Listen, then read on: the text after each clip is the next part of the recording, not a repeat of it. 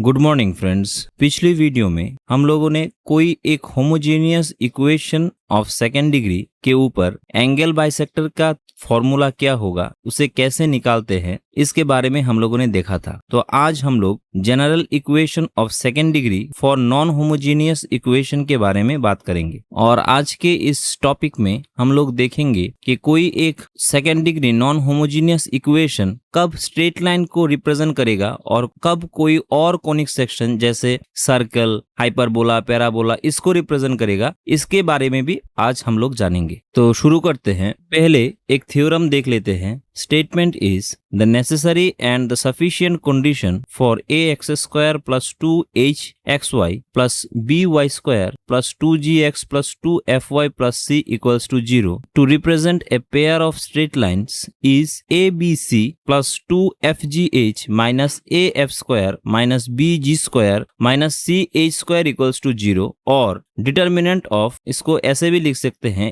AAG HBF GFC equals to 0। मतलब कोई एक second degree non homogeneous equation अगर दिया गया है तो ये स्ट्रेट लाइन को रिप्रेजेंट करेगा अगर ये फॉर्म और ये डिटर्मिनेंट फॉर्म, हम लोग इस डिटर्मिनेंट फॉर्म में कंफर्टेबल है याद रखने के लिए, ये डिटर्मिनेंट फॉर्म अगर 0 हो जाए और अगर ये 0 ना हो तब ये दूसरा कोई पॉलीगॉन को रिप्रेजेंट करता है स्ट्रेट लाइन के अलावा। तो इसको हमें प्रूफ करना है। तो शुरू करते हैं। तो पहले एज्यूम कर लेते हैं, let the two equation of straight line are p1x plus q1y plus r1 equals to 0, एक ले लेते हैं, और दूसरे को p2x plus q2y plus r2 एक दूसरा ले लेते हैं। अब मान लेते हैं ये दोनों मिलकर कोई second degree non homogeneous equation create करता है। नॉन होमोजेनियस क्यों? क्योंकि देखिए होमोजेनियस में हर एक वेरिएबल का जो डिग्री था हर एक टर्म में वो इक्वल था। x के ऊपर स्क्वायर, x y 1 and 1 मिलकर 2,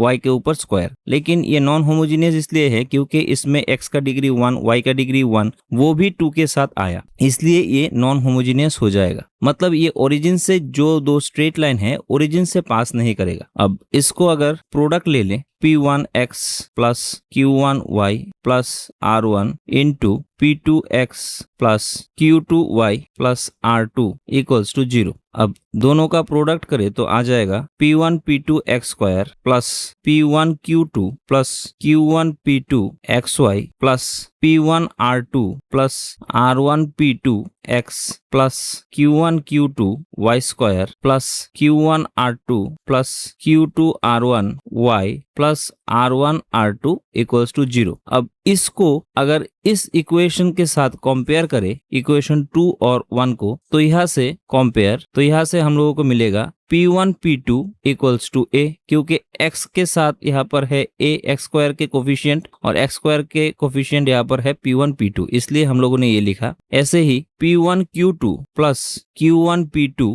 equals to 2h, p1 r2 plus r1 p2 equals to 2g, q1 q2 equals to b, q1 r2 plus r1 q2 equals to 2f and r1 r2 equals to c। अब यहाँ से अगर 2g, 2f and 2h इन तीनों का product ले ले तो यहाँ से हम लोग देख सकते हैं आएगा 2g into 2f into 2h, तो मिलेगा p1 r2, ये था 2g का value, r1 p2 plus into p1 q2 plus q1 p2 into q1 r2 plus q2 r1। तो मल्टीप्लाई करें तो आ जाएगा p1 square r2 q2 plus p1 p2 q1 r2 plus p1 p2 r1 q2 plus r1 q1 p2 square into q1 r2 plus q2 r1। अब यहाँ से फिर से मल्टीप्लाई करें तो आ जाएगा p1 square r2 square q1 q2 plus p1 square q2 square r1 r2 plus p1 p2 q1 square r2 square plus p1 p2 q1 q2 r1 r2 plus p1 p2 q1 q2 r1 r2 plus p1 p2 R1 square Q2 square plus Q1 square P2 square R1 R2 plus P2 square R1 square Q1 Q2। तो यहाँ से लिख सकते हैं P1 square R2 square Q1 Q2 plus P2 square R1 square Q1 Q2 plus P1 square Q2 square R1 R2 plus Q1 square P2 square R1 R2 plus P1 P2 Q1 square R2 square plus P1 P2 R1 square Q2 square plus 2P1 P2 Q1 Q2 R1 R2। अब यहाँ से पहले दो term से Q1 Q2 को common ले लें तो आ जाएगा P1 square R2 square plus P2 square R1 square plus second दो टर्म से R1 R2 को कॉमन ले ले तो आ जाएगा P1 square Q2 square plus Q1 square R2 square plus next दो टर्म से P1 P2 को कॉमन ले ले तो आ जाएगा Q1 square R2 square R1 square Q2 square and last दो टर्म को हम लोग P1 P2 Q1 Q2 R1 R2 जैसा है रहने दे। तो पहले टर्म को हम लोग फिर से लिख सकते हैं Q1 Q2 उसके बाद P1 R2 plus P2 R1 इसका whole square minus 2 into P1 P2 R1 R2। क्योंकि होल स्क्वायर को हम लोग तोड़े तो a square plus 2ab plus b square और ये 2ab और 2ab माइनस 2a मिलकर के एलिमिनेट हो जाएगा तो यही टर्म रह जाएगा। फिर से अब R1 R2 को ले ले तो इसे लिख सकते हैं P1 Q2 plus Q1 R2 ये P2 हो जाएगा Q1 P2 इसका whole square minus 2 P1 P2 Q1 Q2 और फिर से यहाँ पर P1 P2 को कॉमन ले ले तो फिर से इसको लिख सकते हैं Q1 R2 plus R1 Q2 whole square minus 2 into Q1 R2 R1 Q2 within bracket और बाहर 2P1 P2 Q1 Q2 R1 R2 जैसा है वैसा रहने दे। अब P1 R2 plus P2 R1 देखिए यहाँ पर आप लोगों ने ऑलरेडी इसका वैल्यू निकाल के रखा है P1 R2 plus R1 P2 then P1 Q2 plus Q1 P2 then Q1 R2 plus R1 Q2 each and every values are here. तो इन सब का वैल्यू अगर हम वहां पर पुट कर दे तो 2G into 2F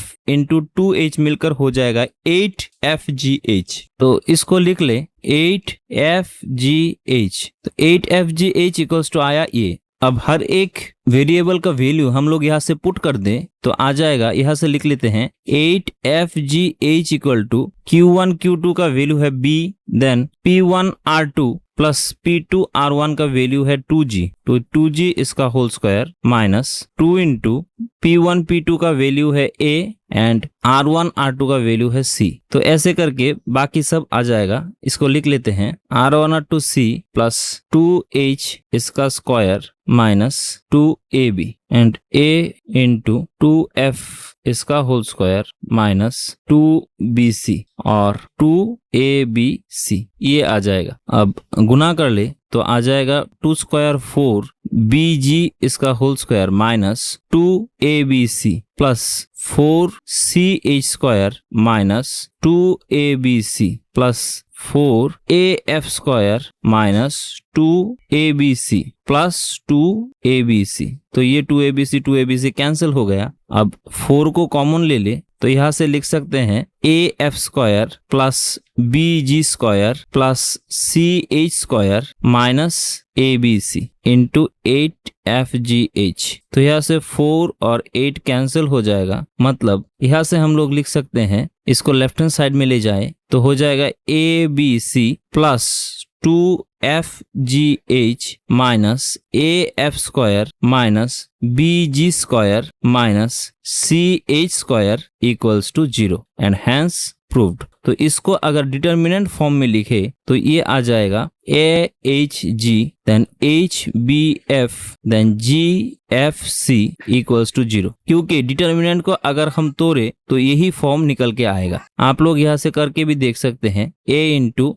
BC minus F square minus H into HC minus G F plus G into H F minus G B. तो अगर कैलकुलेशन कर ले तो A B C minus A F square H square C plus G F C G F H और G F H minus G square B. तो इसे लिख सकते हैं A B C plus 2FGH minus AF square minus CH square minus GB square, और right hand side में 0 था तो इक्वल्स टू 0। तो ऐसे ये प्रूफ हो जाता है। आशा करता हूँ समझ गए होंगे। कैलकुलेशन थोड़ा सा लंबा था लेकिन प्रूफ इंपॉर्टेंट है। तो आज हम लोग यहीं पर कंक्लूड करते हैं। नेक्स्ट डे इसके ऊपर कुछ प्रॉब्लम देखेंगे। तब तक के लिए thank you and good bye.